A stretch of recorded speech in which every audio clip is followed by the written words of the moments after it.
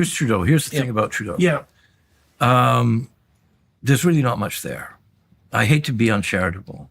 I think it's time to be uncharitable. Okay. Well, there really isn't much there. He's. I think you've been very interested in the phenomenon of narcissism. There you go. Well, the world is a vanity mirror, and you have to remember when he came along, it sort of parallels the rise of Trump in the United States, right?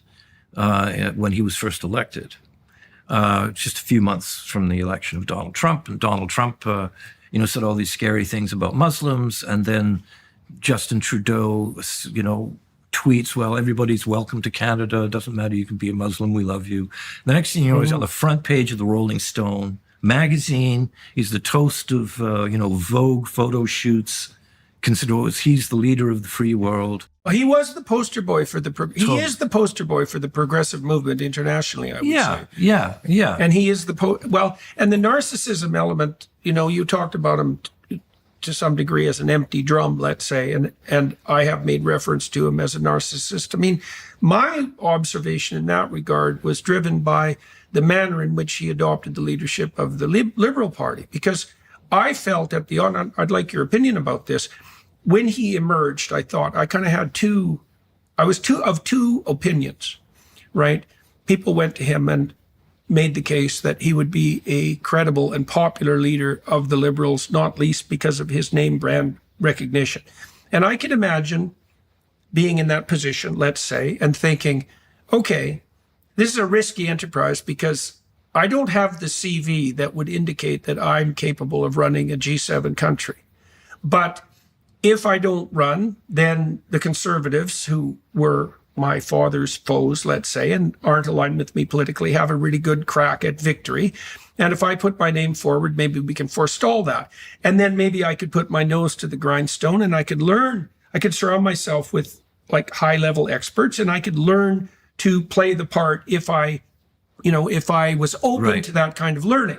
Okay, that's an unlikely scenario, that one, but he did, in fact, adopt it. But he didn't do any of that, right? He didn't. Well, I think a lot of people, he's not my cup of tea, but a lot of people were really swept. He was sort of like this matinee idol. A lot of people got caught up in that. Yes, well, he's charming and he's elegant and he's good looking and he knows how to behave in public and he's got an easy smile and women find him essentially irresistible and very photogenic, very charming, as you say. Very well, and he's been in that milieu his whole life and he's been groomed for that. But as far as the intellectual milieu, if there was such a thing, around his emergence, everybody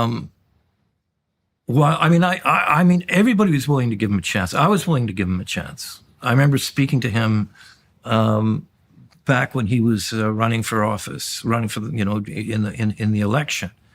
That period, and I was definitely willing to give him a shot. Why? Well, we spoke a lot about Syria. Yeah. And I have many friends and comrades who are associated with the Syrian revolutionary movement. And what was being asked of the NATO countries at the time was a no-fly zone over Syria. All we need is one NATO country to say, yes, we need to do this, because the Americans couldn't really understand what was going on. And everyone hoped that it might be Trudeau who said, yeah, I'm in. And he did give me, and of course there was the whole Syrian refugee issue, and he did try to, he made a lot of political capital out of that. We can come to that in a moment. But to understand who he represents and what he's all about, you have to wind the clock back further. You remember when Michael Ignatieff was briefly the leader of the Liberal Party? Tell that story for the people. Well, he's a very smart guy. Michael Ignatieff was classic. He was a Harvard professor at the time when they invited him back to Canada. He'd been down in Massachusetts for like 20 years, something like that. Yeah, and a lot of people said, well, you're not really a Canadian. Yeah, visiting. He had been out for quite a while. So anyway, he was an intellectual heavyweight. Yeah, he was actually. I like Michael Ignatieff. Just as an intellectual. Well, he's certainly much more credible as a leader of a G7 country than Justin Trudeau, at least on the basis of what we've got basically, it's so difficult to explain this to people from away. If you can imagine a kind of Oh, I don't know, a TikTok account run by a 19-year-old college girl in charge of a G7 country. That's basically what we got. 14-year-old. Okay.